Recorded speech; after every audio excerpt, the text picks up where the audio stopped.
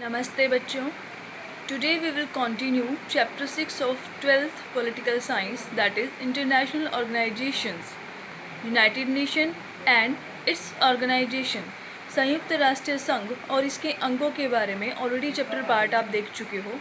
आज चैप्टर 2 में हम इसके अलग अलग एजेंसीज और इसके अंगों के बारे में पढ़ेंगे प्लस वीटो पावर.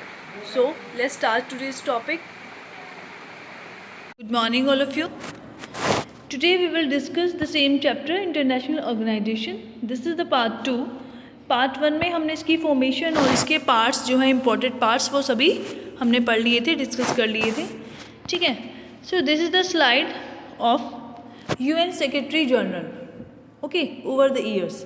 ये क्वेश्चन 1 मार्क्स में आपके पास आ जाते हैं कि जो इसके यूएन के सेक्रेटरी जनरल हैं, जो इसके सचिव रहे हैं, ठीक है, और जो प्रेजेंट में है 2017 से, जैसे कि आपको स्लाइड पे दिखाई दे रहा है. ठीक है. प्रेजेंट में अब देखो, सबसे पहले 1945 में इसकी जो फॉर्मेशन हुई थी, तो 1946 में सबसे पहले जो इसके बने थे तारग्यू लाई, जो नॉर्वे के थे. ठीक है. उसके बाद यू थॉन्ट म्यांमार के थे, और लास्ट जो हम बात कर रहे हैं बान की मून 2007 से 2016 तक रहे हैं वो बान की मून. ठीक है. और ये हैं आपके एंटोनियो गुटरेस, जो प्रेजेंट की हम बात करें 2017 से, जो इसके यूएन के सेक्रेटरी जनरल हैं अभी प्रेजेंट में. Okay, Antonio Guterres. ठीक है. ये पुर्तगाल के हैं, ये आपको याद रखना है. ओके. तो this is the list of UN secretary general over the years. Okay. Next जो हम डिस्कस करेंगे इसमें, that is change realities after cold war. ठीक है.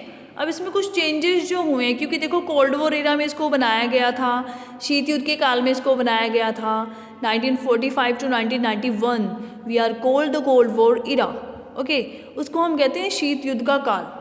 तो उसके बाद इसमें क्या क्या चेंजेस हुए. 1991 में as you can see USSR का डिसइंटीग्रेशन हो गया था. यूएसएसआर जो है वो ख़त्म हो गया एक तरह से. ठीक है.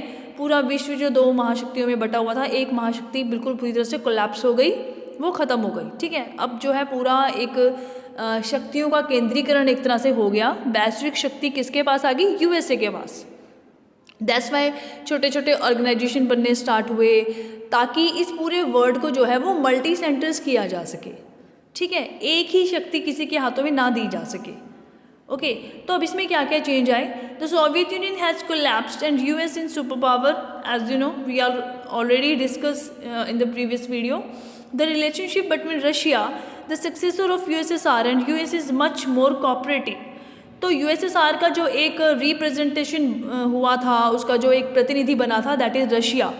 यूएनओ में जो यूएसएसआर की सीट थी वो किसको मिली थी? रशिया को मिली थी. ठीक है. रूस को मिली थी.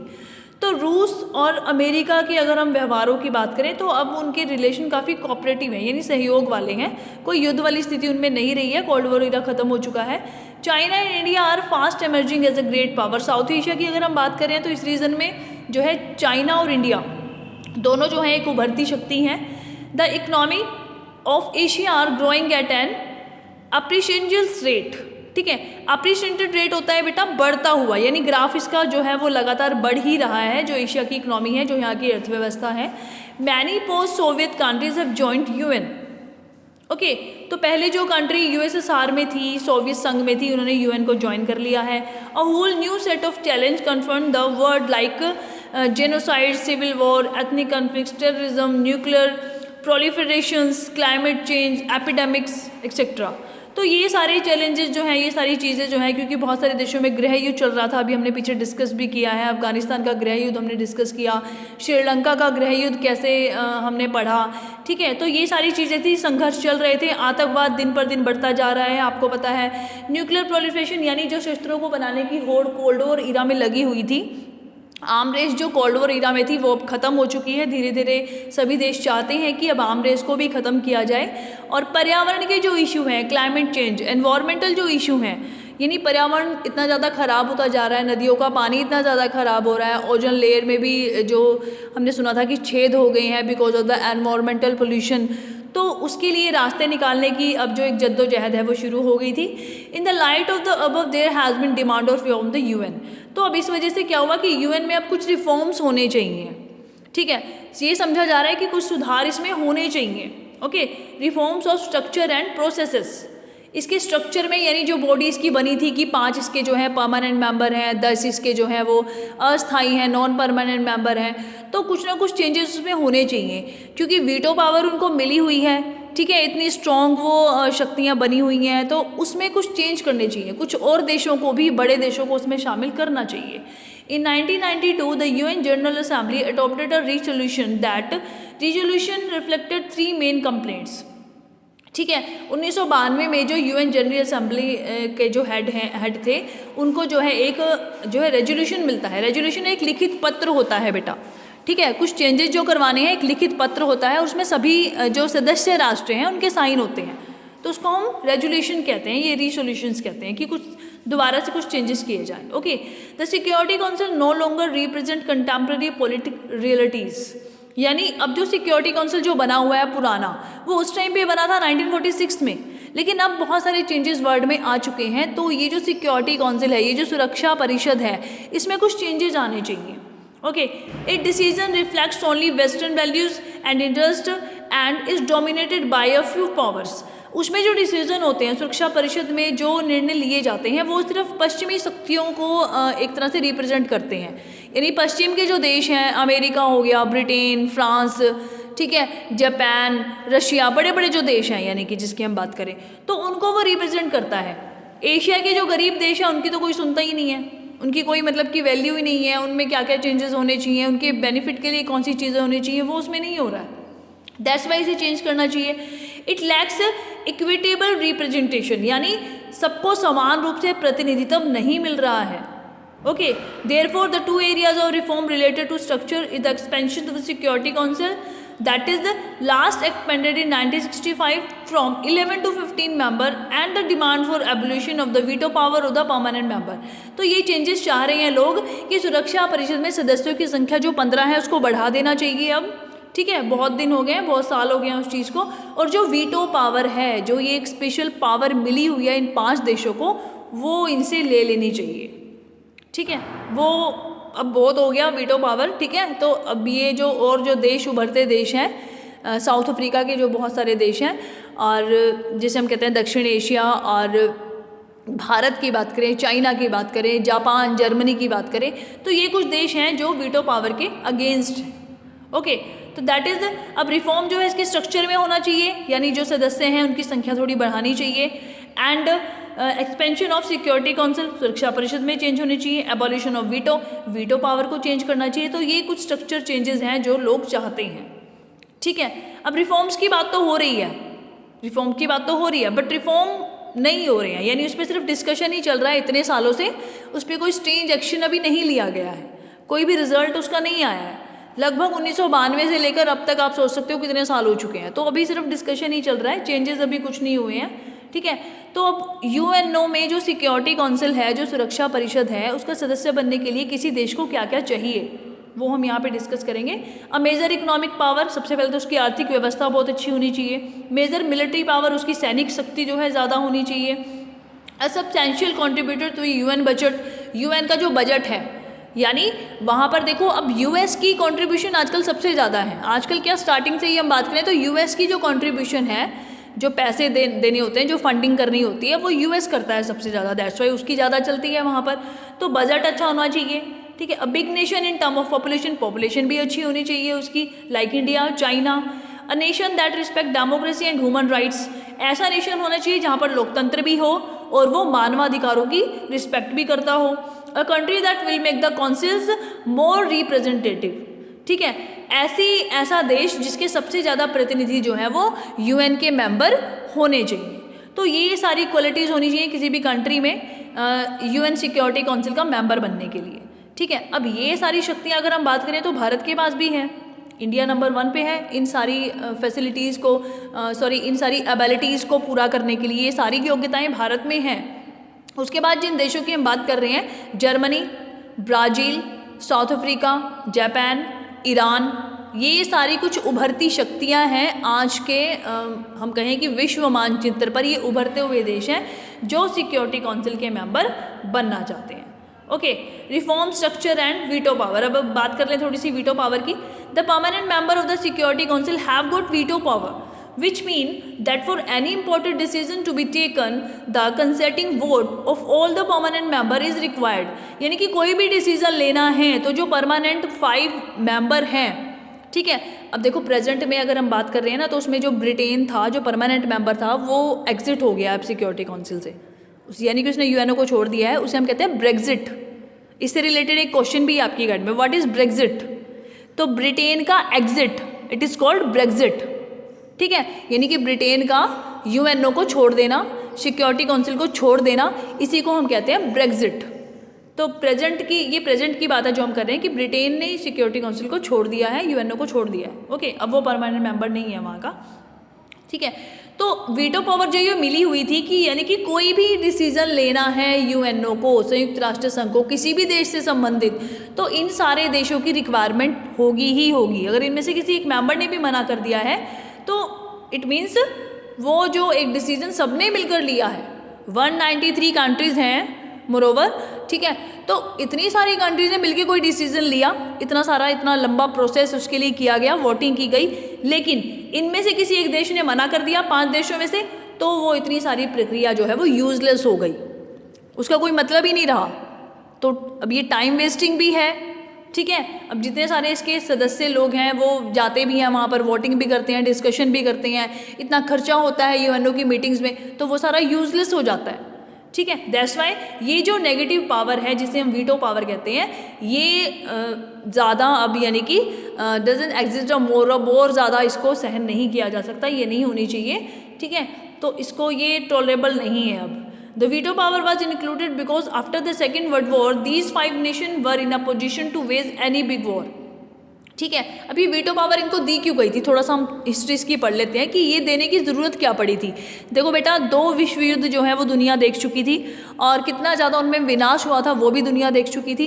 तो अब एक ऐसी संस्था जो ये बनाई जा रही थी, इसमें ये जो बड़े 5 देश थे जिनको रखा गया था, ठीक है, Britain, America, Russia, France, okay, Japan, तो ये जो बड़े देश थे ना, इनको क्यों रखा गया था इसमें? तो इसलिए रखा गया था क्योंकि ये बड़ी बड़ी शक्तियाँ जो थी, इन्हीं का खतरा था कि यही आपस में युद्ध कर सकते हैं, ठीक है, यही है जो आपस में युद्ध कर सकते हैं। लेकिन अब अगर इनको एक साथ कर दिया जाए, एक ही ग्रुप में इनको शामिल कर दिया जाए, ठीक है, एक जैसी शक्ति इनको दे दी जाए, तो क्या होगा, युद्ध की जो एक संभावना है वो कम हो जाएगी, ठीक है। तो वॉर की पॉसिबिलिटीज़ को लेस करने के लिए, कम करने के लिए ही ये किया गया था, इनको वीटो पावर दी गई थी और इन 5 बड़ी शक्तियों को एक जगह पर, एक ग्रुप में रखा गया था। That is the reason to giving the veto power. लेकिन अगर हम प्रेजेंट इंस्टेंस की बात करते हैं, हम वर्तमान काल की बात कर रहे हैं, तो इसकी कोई ज़रूरत नहीं है। It has been argued that veto provision is undemocratic. अब वैसे तो यूएस से इतनी बड़ी कंट्री है और डेमोक्रेटाइजेशन की बात करता है, हमेशा लोकतंत्र की बात करता है, लेकिन जो वीटो पावर है वो अनडेमोक्रेटिक है, यानी अलोकतांत्रिक है। While there has been a move to abolish or modify the veto system, there is also a realization that the permanent member are unlikely to agree to such a reform, ठीक है। तो permanent member है, ये सोचा जाता है कि अगर वीटो पावर इनसे ले ली जाएगी तो ये जो परमानेंट मेंबर हैं, खासकर यूएस की अगर हम बात कर रहे हैं, तो वो यूएनओ को छोड़ देंगे। और जब इन्हीं बड़ी बड़ी शक्तियों ने यूएनओ को छोड़ दिया तो यूएनओ को कोई मतलब ही नहीं रह जाएगा, ठीक है। यानी उसको फंडिंग करने वाले ये जो बड़े बड़े देश हैं, अगर ये इसमें नहीं रहेंगे तो यूएनओ जो इतने प्रॉपर वे से काम कर रहा है वो नहीं कर पाएगा, ओके। नेक्स्ट आपका एक्सपेंशन ऑफ जुडिक्शन, ये आपके सिलेबस में नहीं है, वैसे इतना ज़्यादा इंपॉर्टेंट भी नहीं है, बट 1 मार्क्स क्वेश्चन में अगर ये आ जाता है कि इस रिफॉर्म के लिए क्या कहा गया था, तो आपको थोड़ा सा इसमें डिस्कशन जो है वो कर लेना चाहिए, ठीक है। यानी कि जुडिक्शन क्या होता है बेटा, कि वीटो पावर तो यूज़ कर ली, लेकिन अब इतना बड़ा जो एक सोल्यूशन निकाला था, रिजल्ट निकाला था, कोई निर्णय लिया था, वीटो पावर से को एबॉलिश कर दिया गया उसको, ठीक है, उसको मान्यता नहीं दी गई, तो उसके ऊपर दोबारा से जुडिक्शन होना चाहिए, यानी पुनर्न्याय की व्यवस्था, ठीक है, इसको कहते हैं पुनरीक्षण, दोबारा से न्याय की व्यवस्था। इसमें जो मेन पॉइंट है आपके, ठीक है, creation of peace building commission, यानी अलग से एक पीस बिल्डिंग कमीशन बनाना चाहिए जिसमें वीटो पावर यूज़ ना हो सके, ठीक है। अगर बात विश्व की शांति की है तो उसमें ये जो वीटो पावर लेने वाले देश हैं, ये जो 5 बड़ी शक्तियाँ हैं, इनके निर्णय को ना माना जाए, क्योंकि वो विश्व शांति से रिलेटेड मुद्दा है। पूरे दुनिया की शांति से रिलेटेड है। तो पीस बिल्डिंग कमीशन अलग बनाना चाहिए। International community should take responsibility in case the national government fail to protect their own citizen from atrocities. ठीक है, तो अगर किसी नेशन में, किसी राष्ट्र में वहाँ की खुद की गवर्नमेंट वहाँ के लोगों को न्याय दिलाने में अगर असफल होती है, ठीक है, वो उनकी सुरक्षा नहीं कर पा रही है, उनको अधिकार नहीं दे पा रही है, तो जो इंटरनेशनल कम्युनिटी है, जो अंतर्राष्ट्रीय संगठन है, इसकी ड्यूटी बनती है कि वहाँ जाकर काम करे। Establishment to human right council. अब ह्यूमन राइट्स की अगर हम बात करें तो कई सारे इसके इश्यूज़, इसकी एजेंसीज बनी हुई हैं ह्यूमन राइट्स से रिलेटेड, मानवाधिकार से रिलेटेड बहुत सारी एजेंसीज बनी हुई हैं, लेकिन क्योंकि उन पर अधिकार किसका है, सिक्योरिटी काउंसिल्स मेंबर का, तो उसको ख़त्म करना चाहिए। Okay, agreement to achieve the millennium development goal. कुछ ऐसे एग्रीमेंट्स होने चाहिए जो मिलेनियम डेवलपमेंट क्या होते हैं कि वैश्विक विकास, एक पर्टिकुलर स्टेट का विकास नहीं, पूरे विश्व का विकास, तो ऐसे कुछ मुद्दे उसमें आने चाहिए। क्रिएशन ऑफ डेमोक्रेसी फंड, ठीक है, यानी कि एक लोकतांत्रिक वित्तीय विभाग का निर्माण करना चाहिए। An agreement to wind up the trusteeship council. अब जो ट्रस्टीशिप काउंसिल है, मैंने आपको बताया था कि वो कॉलोनियलिज्म से रिलेटेड थी, ठीक है, कॉलोनियलिज्म को वो देखती थी, लेकिन कॉलोनियलिज्म तो अब आजकल जो है ख़त्म हो चुका है, औपनिवेशीकरण बिल्कुल ख़त्म हो चुका है। अब किसी बड़े देश ने किसी छोटे देश को अपना जो है एक गुलाम नहीं बनाया हुआ है। लेकिन कहने के लिए ये बात हमें फॉर्मल लगती है, लेकिन ऐसा नहीं है। आज भी बहुत बड़े बड़े देश हैं जो छोटे देशों में अपना एक अधिकार जमाए हुए हैं, वो चाहे व्यापार के जरिए हों, ठीक है, या वहाँ काम करने के जरिए हों, या MNCs जो मल्टीनेशनल जो कंपनीज़ हैं, बहुराष्ट्रीय कंपनियाँ जिसको कहते हैं, उनके ज़रिए हो, तो उसने वहाँ की अर्थव्यवस्था को अपने हाथ में रखा हुआ है। तो यानी कि ट्रस्टीशिप काउंसिल जो है वो दोबारा से लानी चाहिए। Okay, so that's all the reform of UN। Okay, कि UNO में क्या क्या सुधार होने चाहिए। उसके बाद नेक्स्ट टॉपिक है आपका international organisation, United Nation and इस ऑर्गेनाइजेशन। ओके, तो इसकी कुछ एजेंसीज़ हैं अब जो न्यूली एडेड हैं आपके चैप्टर में। ये जो थोड़ा थोड़ा हम सबको पढ़ेंगे, मेनली जो हमने पढ़ना है यूनेस्को, ठीक है, यूनिसेफ, ILO और Human Right Watch, Amnesty International. These are the 5 most important to added new syllabus in your chapter. Okay, बाकी ये जो IAE हैं, या हम बात करें अक्टांड की, तो इसकी आपको थोड़ी थोड़ी इन्फॉर्मेशन होनी चाहिए, ये आपके सिलेबस में नहीं है, सिर्फ आपको इंट्रोडक्शन इसका चाहिए। ओके, तो सबसे पहले हम पढ़ेंगे यूनेस्को। ये सारी जो हम पढ़ रहे हैं अभी, ये UNO की एजेंसीज़ हैं, संयुक्त राष्ट्र संघ की एजेंसीज़, जो इनके कहने पर पूरे वर्ल्ड के लिए, पूरे विश्व के लिए काम करती हैं। Okay, the full form of UNESCO, the United Nation Educational, Scientific and Culture Organisation. तो यूनाइटेड नेशन मीन्स वही संयुक्त राष्ट्र, ठीक है, तो संयुक्त राष्ट्र शैक्षणिक, वैज्ञानिक और सांस्कृतिक संगठन, ठीक है, यानी शिक्षा से संबंधित, विज्ञान से संबंधित और संस्कृति से संबंधित जो चीज़ें हैं ये इनको कंट्रोल करता है। कब इस्टेब्लिश हुई थी ये? On 4 November 1946 with the establishment of UNO। उसके साथ ही ये एजेंसी जो है बन गई थी, बहुत पुरानी है, ठीक है। 193 जितने मेंबर UNO में हैं उतने ही मेंबर यूनेस्को में भी हैं, और इसके 11 एसोसिएट मेंबर हैं, यानी मेन जो बड़े बड़े मेंबर्स हैं वो हैं 11, with its headquarter in Paris, France. तो इसका हेडक्वार्टर कहाँ है? फ्रांस में, ठीक है, फ्रांस की राजधानी पेरिस में। UNESCO is a special body of the United Nations whose main objective is to promote education, natural science, society and anthropology, culture and communications। तो ये मेन जो है एक सोर्स है, एक पार्ट है UNO का, जिसका कि ऑब्जेक्टिव क्या है, उद्देश्य क्या है इसका, ज़्यादा से ज़्यादा शिक्षा को प्रमोट करे, ठीक है, प्राकृतिक विज्ञान, सामाजिक जितनी भी प्रक्रियाएं हैं, सांस्कृतिक जितनी भी चीज़ें हैं, और कम्युनिकेशन यानी एक दूसरे के साथ आदान प्रदान करना, एक दूसरे देशों के साथ अपनी संस्कृति को, अपनी सामाजिक स्थिति को, अपनी आर्थिक व्यवस्था को, शिक्षा के स्तर को जो है चेंज करना, ठीक है, यानी एक दूसरे से, जैसे हम इंपोर्ट एक्सपोर्ट में व्यापार की बातें करते हैं, तो ये चीज़ें भी एक्सचेंज होना। जैसे कि आपने सुना होगा आजकल जो भारत का एक हमारे जो वेद हैं, चारों वेद, ठीक है, उनका जो पूरा एक गुणगान है, उनकी जो पूरी शिक्षा है वो और भी विश्व के बहुत बड़े बड़े देशों में दी जाती है। दैट्स वाई इसे कहेंगे कि भारत की संस्कृति का दूसरे देशों में फैलना। तो ऐसे ही सांस्कृतिक आदान प्रदान जो होना वो इसके जरिए किया जाता है, यूनेस्को के जरिए। Okay, during past several years the special work done by UNESCO has been to promote literacy, technical and educational training and independent media etcetera all across its member nation. तो जितने भी इसके मेंबर हैं UNO के, उन सब में जो यूनेस्को द्वारा काम किया गया है पिछले कुछ सालों में, वो किया गया है प्रमोट लिटरेसी, यानी साक्षरता को ज़्यादा से ज़्यादा बढ़ाना, ठीक है, तकनीकी शिक्षा देना, उसके लिए ट्रेनिंग भी देना, उसके लिए अलग अलग कैंप जो है वो इस्टेब्लिश करना। तो ये सारी चीज़ें ये करता है। नेक्स्ट इसकी जो एजेंसी है that is UNICEF related to children, ठीक है, बच्चों से रिलेटेड ये संस्था है। इसके अंडर जो है अपने हमारे जो यहाँ पे गांव हैं, ठीक है, और छोटे छोटे जो नगर हैं वहाँ पर आंगनवाड़ी सिस्टम आपने सुना होगा, आंगनवाड़ियाँ खुली हुई हैं। तो ये जो आंगनवाड़ी है ना हमारी, ये सरकारी नहीं है, ठीक है, ये गवर्नमेंटल नहीं है, ये अंडर द यूनिसेफ काम करती हैं, बच्चों के लिए काम करती हैं, तो ये अंडर द यूनिसेफ सिस्टम है। Okay, the United Nation International Children's Emergency Fund, तो इसका नाम है the United Nation, UN same है, United Nation International Children's Emergency Fund. ये आपको चीज़ें जो हैं याद रखनी है, फुल फॉर्म आपको सबकी पता होनी चाहिए। Okay, was established in 1946 same as UNESCO by the United Nations General Assembly as a body whose main task was to collect emergency fund for children and to help in their development work all across the world। ठीक है, तो emergency fund collect करना इसका काम है कि आपातकाल जो एक धनराशि है, ठीक है, वित्तीय सहायता जो है वो बच्चों के लिए इकट्ठी की जाए और पूरे विश्व में बच्चों के विकास पर ध्यान दिया जाए। Apart from this, UNICEF help encourage the work and promote children health and better life in all parts of the world। तो विश्व के सारे देशों में ही बच्चों के साथ, अब देखो हमारे देश में भी एक कानून बना था इसका कि बाल श्रम को रोकना, तो वो इसी के अंडर बनाया गया था कि 14 साल से कम उम्र के जो बच्चे हैं उनसे बाल श्रम नहीं करवाया जाएगा।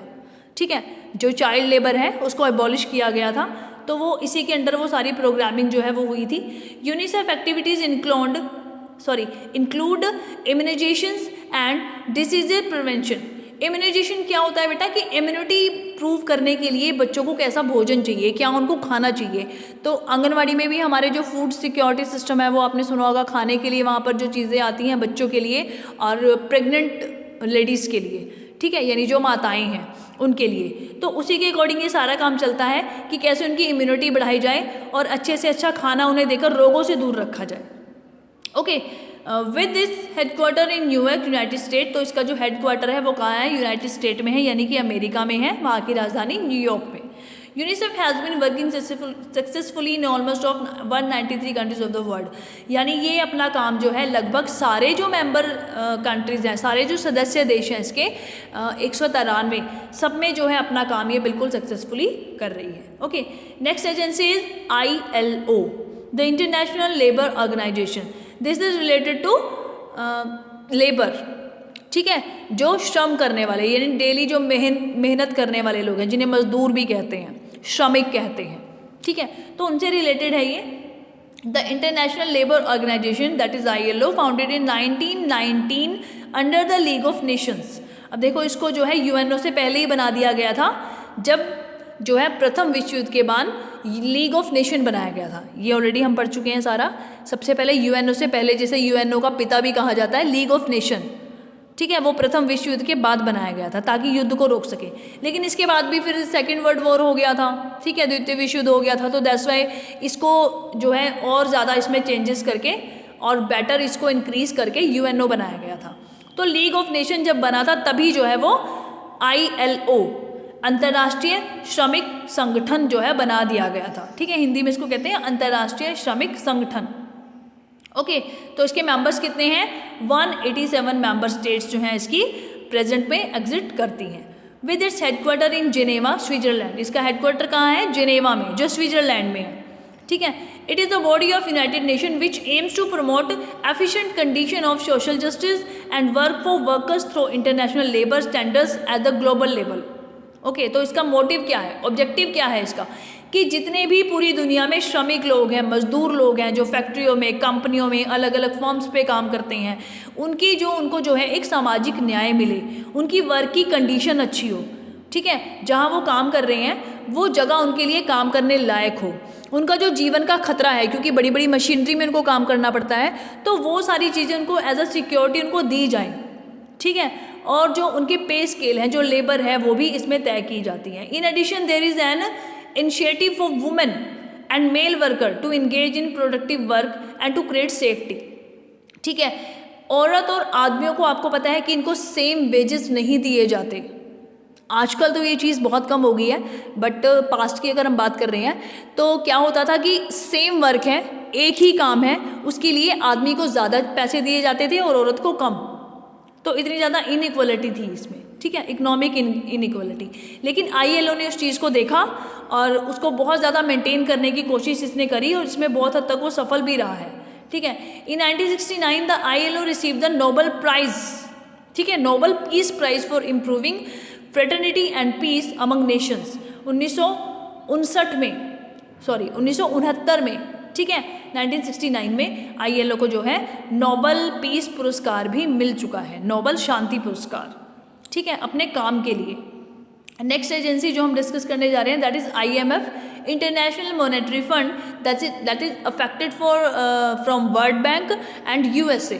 तो इसमें जो है सबसे ज़्यादा फंडिंग USA ही कर रहा है, सबसे ज़्यादा जो इसमें प्रभाव है ना वो अमेरिका का ही रहता है हमेशा, IMF, ठीक है, international Monetary fund.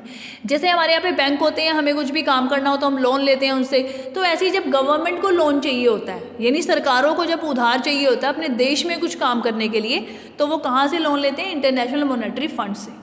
Okay, that is international organisation headquarter in Washington DC, consisting of 189 countries.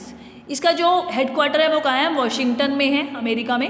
Okay, तो 189 इसकी मेंबर कंट्रीज है। इसकी फॉर्मेशन कब हुई थी? 1944 में at the Bretton Woods conference, और इसको जाना जाता है ब्रेटन वुड कॉन्फ्रेंस के नाम से, ठीक है। इसका हिंदी में हम कहेंगे ब्रेटन वुड सम्मेलन, ये याद रखना है।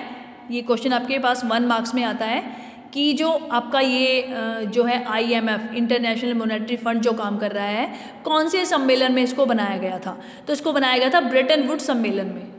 It came into formal extent in 1945 with 29 members countries. Okay, तो 1944 में इसकी फॉर्मेशन हुई थी और ये काम में कब लाया गया था? 1945 में इसको लागू कर दिया गया था। स्टार्टिंग में इसके मेंबर जो कितने थे? वो 29 थे, और प्रेजेंट में इसके जो मेंबर्स हैं वो है 189 members. Okay, it overseas those financial institution and regulation that act at the international level. अंतर्राष्ट्रीय स्तर पर ये बैंकिंग व्यवस्था है जिससे कि लोनिंग और वित्तीय व्यवस्थाएं की जाती हैं। IMF has 189 member countries, but they do not enjoy an equal say. Top 10 countries have almost 55% of the votes. अब मैंने आपको अभी बताया था कि जो बड़ी बड़ी कंट्रीज हैं, जो सबसे ज़्यादा फंड इसको देती हैं, जो डेवलप्ड कंट्री हैं, जो विकसित देश हैं, ठीक है, like America, Britain, France, Russia, Japan, तो कुछ ऐसे देश जो इसको ज़्यादा फंडिंग करते हैं, उसी का ज़्यादा प्रभाव वहाँ पर चलता है। US alone has 17.4% of the voting rights, और इसी बेसिस पे अमेरिका को सबसे ज़्यादा वोटिंग राइट मिला हुआ है, क्योंकि वो सबसे ज़्यादा फंडिंग जो है इसके लिए करता है। Okay, next is the world bank, विश्व बैंक। ये भी सेम इसका वही जो एक काम है, UNO को फंडिंग करना। एक तो UNO के जितने भी काम होते हैं उसके लिए जो खर्चा होता है वो WTO और IMF से लिया जाता है, ठीक है। तो world bank created immediately after the end of the Second World War in 1945. The World Bank is an international financial institution that provides loans and grants to the government of proper countries for the purpose of pursuing capital project. Okay, जैसे कि मैंने आपको अभी बताया कि जैसे हम bank से लोन लेते हैं अपना कुछ काम करने के लिए, कुछ भी अपना जो है एक गोल अचीव करने के लिए, ऐसे ही जो स्टेट गवर्नमेंट हैं, जो कंट्रीज गवर्नमेंट हैं, उनको जब कुछ चाहिए होता है, उनको फाइनेंशियल हेल्प चाहिए होती है, तो वो WTO के पास जाते हैं। ओके, वर्ल्ड बैंक के पास जाते हैं। It works for human development, agriculture, rural development, environmental protection, infrastructures and governance. तो हर तरह के मुद्दों पे ये हेल्प करता है। आपको मानव विकास करना है, अपना कृषि का विकास करना है, ठीक है। रूरल डेवलपमेंट यानी कि एक जो रूरल हम कहते हैं कि ज़्यादा से ज़्यादा जब हमें विकास करना होता है तो हमें जो गांव वाले एरिया हैं हमारे, वहाँ पर हमें इंडस्ट्रियलाइजेशन करना होता है, औद्योगिकरण को बढ़ावा देना होता है, कंपनीज लगानी होती हैं, फैक्ट्रीज लगानी होती हैं, ताकि ज़्यादा से ज़्यादा विकास कर सकें, चीज़ें बना सकें। प्रोडक्शन जब बढ़ेगा और वो बाहर जाएगा, ठीक है, जब हमारी प्रोडक्शन की हुई चीज़ें बाहर जाएंगी और फॉरेन करेंसी हमारे देश में आएगी, विदेशी मुद्रा हमारे देश में आएगी, तभी उस कंट्री को जो है ज़्यादा से ज़्यादा डेवलप कंट्री माना जा सकता है। In this way it exercise enormous influence on the economic policies of the developing countries. ठीक है, तो इस तरह जो भी डेवलपिंग कंट्रीज़ हैं, जो अभी विकासशील देश हैं, जो अभी अपना विकास कर रही हैं, उनको यहाँ से हेल्प मिल सकती है। It is often criticise for setting the economic agenda of the proper poorer nations attaching stringent and condition to the loans and forcing market reforms। ठीक है, तो अक्सर इसको जो है आलोचना इसकी की जाती है, क्रिटिसाइज इसको किया जाता है कि जो गरीब से गरीब देश हैं उनकी एक तरह से आर्थिक नीति कौन बना रहा है, बड़े बड़े देश बना रहे हैं। क्योंकि जब ये लोन देते हैं, ठीक है, और उस लोन को टाइम से वापस नहीं किया जाता, तो फिर क्या होता है, हमारी जो आर्थिक व्यवस्था है वो किसके हाथ में चली जाती है, वो वर्ल्ड बैंक के हाथ में चली जाती है। ठीक है, इनडायरेक्टली वो यूएसए के हाथ में चली जाती है। ठीक है, समझ रहे हैं ना आप, यानी कि कॉलोनियलिज्म तो खत्म हो गया है, औपनिवेशीकरण तो खत्म हो गया है, लेकिन this is the new method to stay the colony. ये एक नया तरीका है किसी छोटे गरीब देश को अपनी कॉलोनी बनाने का। पहले उसको लोन दे देते हैं, लोन जब वो टाइम से नहीं दे पाता तो उसकी सारी आर्थिक व्यवस्था उस पर्टिकुलर कंट्री के हाथ में आ जाती है। नेक्स्ट है बेटा IAEA, that is the international atomic energy agency. Okay, atomic energy आपको पता है कि परमाणु ऊर्जा से संबंधित जो चीज़ें हैं, यानी परमाणु बम बनाने हैं, परमाणु हथियार बनाने हैं, या फिर परमाणु ऊर्जा का हेल्प जो है हमें पॉजिटिव वे में करना है, सकारात्मक रूप से करना है, तो उसके लिए ये एजेंसी बनाई गई है। ठीक है, international organisation that seek to promote the peaceful use of nuclear agency. अब ये क्या काम करता है, ये ध्यान रखता है कि कोई भी देश जो परमाणु ऊर्जा से संपन्न है, ठीक है, जिसके पास न्यूक्लियर वेपन्स हैं, परमाणु हथियार हैं, तो वो उसका यूज़ शांति व्यवस्था को बनाने के लिए करे, ना कि युद्ध करने के लिए करे। Okay, and to inhibit its use for many military purpose including nuclear weapons. The IAEA was established an autonomous organization on 29 July 1995. The IAEA reports to both the United Nations General Assembly and Security Council। अब ये जो है atomic energy बनाने वाला जो agenda है, इसको security council यानी सुरक्षा परिषद के जो सदस्य हैं वो मिलकर बनाते हैं। ठीक है, और जनरल असेंबली यानी जो आम सभा है, तो दोनों जो सभाओं के मेंबर हैं वो इसको मिलकर बनाते हैं इस नीति को। The programme of the IAEA encourage the development of the peaceful application of nuclear energy, science and technology, provide international safeguard against misuse of nuclear technology and nuclear materials and promote nuclear safety. Okay, तो हर तरह की चीज़ का ये ख्याल रखता है कि परमाणु जो बम बनाए जा रहे हैं, जो परमाणु हथियार बनाए जा रहे हैं बड़े बड़े, इनका यूज़ हमेशा शांति बनाने के लिए हो, वॉर्स के लिए ना हो, सुरक्षित जो है वो पूरा विश्व रहे, इसका पूरा ध्यान जो है इसमें रखा जाता है। Okay, next is amnesty international. अच्छा, ये जो साथ के साथ आपको साइन इसके दिखाई दे रहे हैं ना, ये साइन भी आपको याद रखने हैं। ये देखो कॉर्नर पे ये हर एजेंसी के साइन आपको दिखाई दे रहे हैं, तो ये साइन भी आपको याद रखने हैं कि कौन सी एजेंसी का कौन सा साइन है। जैसे ये कैंडल अभी आपको दिखाई दे रहा है, ये एमनेस्टी इंटरनेशनल का है। एमनेस्टी इंटरनेशनल को हिंदी में भी एमनेस्टी इंटरनेशनल ही कहते हैं, और ये आपको याद रखना है that is related to human rights. Okay, जैसे नेक्स्ट एजेंसी हम पढ़ेंगे ह्यूमन राइट वॉच। ओके, तो ह्यूमन राइट वॉच भी जो है वो मानवाधिकार से संबंधित जो है चीज़ है। Amnesty International is a non-government organization, that is NGO। Okay, इसे हम कहेंगे NGO, गैर सरकारी संगठन। हिंदी में NGO को कहते हैं गैर सरकारी संगठन। With its headquarter in the United kingdom, UK में इसका जो है हेडक्वार्टर है। फोकस्ड ऑन ह्यूमन राइट्स, ये मानवाधिकारों पर अपना सारा ध्यान एकत्रित करता है कि विश्व के किसी भी हिस्से में अगर मानवाधिकार का हनन हो रहा है, उसे नुकसान पहुंचाया जा रहा है, तो ये वहाँ पर पहुंच जाता है और अपनी रिपोर्ट जो है वो देता है। Okay, the organisation says it has more than 8 million members and supporter around the world. इसको पूरे वर्ल्ड में, पूरे विश्व में इसको जो है मेजॉरिटी मिलती है, क्योंकि ह्यूमन राइट्स के लिए सभी अपनी जो है एक समर्थन देने की कोशिश करते हैं।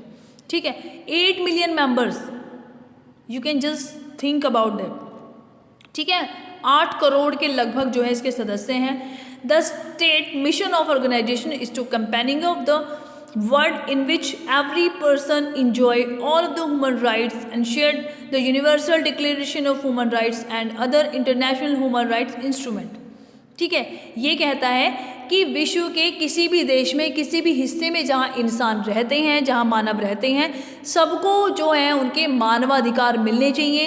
इवन जो कैदी हैं, जो जेल में बंद हैं, जिन्होंने बड़े बड़े गुनाह किए हैं, लोगों को मारा है, ठीक है, बड़े बड़े बॉम्ब ब्लास्ट किए हैं, वो जेल में बंद हैं, तो उन्हें भी कुछ अधिकार मिलने चाहिए, ठीक है। बेशक वो परिजन है, बेशक वो एक कैद में रह रहे हैं, उन्होंने बहुत बड़े बड़े गुनाह किए हैं, बट फिर भी उनके कुछ अधिकार हैं जो उनको मिलने चाहिए, ठीक है। तो यानी मानवाधिकार सबको मिलने चाहिए, सबको हक है उन्हें इंजॉय करने का, ठीक है। तो ये एमनेस्टी इंटरनेशनल कहता है।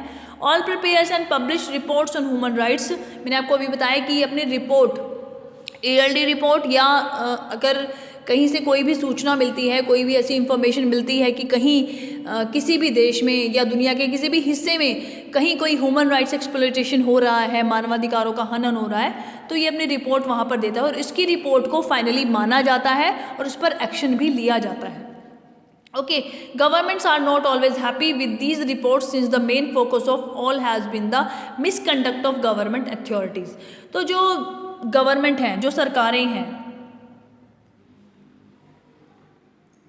तो सरकार इस रिपोर्ट को ज़्यादातर पसंद नहीं करती है, क्योंकि हमेशा जो उनकी ऑपोजिट ये रिपोर्ट होती है, हमेशा उनके खिलाफ ही होती है कि वो अपने देश के पर्टिकुलर एक रीजन में, क्षेत्र में लोगों के साथ ऐसा कर रहा है।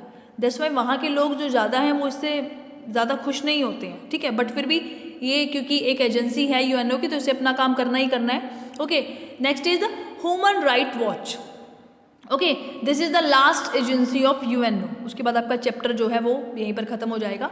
Human Right Watch also related to an organisation to human rights, same as the Amnesty International. जो ह्यूमन राइट वॉच है वो भी मानवाधिकारों से संबंधित है। Human Right Watch is an international non government organisation, also this is NGO, ये भी एक गैर सरकारी संगठन है। Headquarter in New York city, New York America में इसका हेडक्वार्टर है। That conducts research and advocacy of human right, जो कि मानवीय व्यवहार को नियंत्रित करने के लिए काम करता है।